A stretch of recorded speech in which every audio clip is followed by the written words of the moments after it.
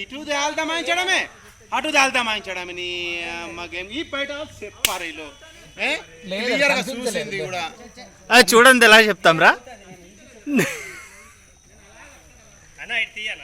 తీస్తున్నాను రా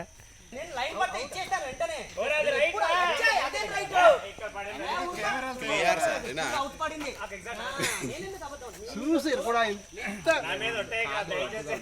మీరు కాదండి క్లియర్ గా చూసారు లోపల పడ్డట్టు అవుతాను కావాలంటే పెట్టండి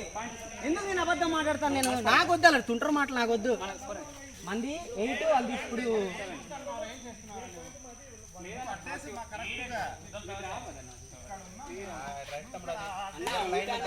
వైట్ లైన్ మీద పడింది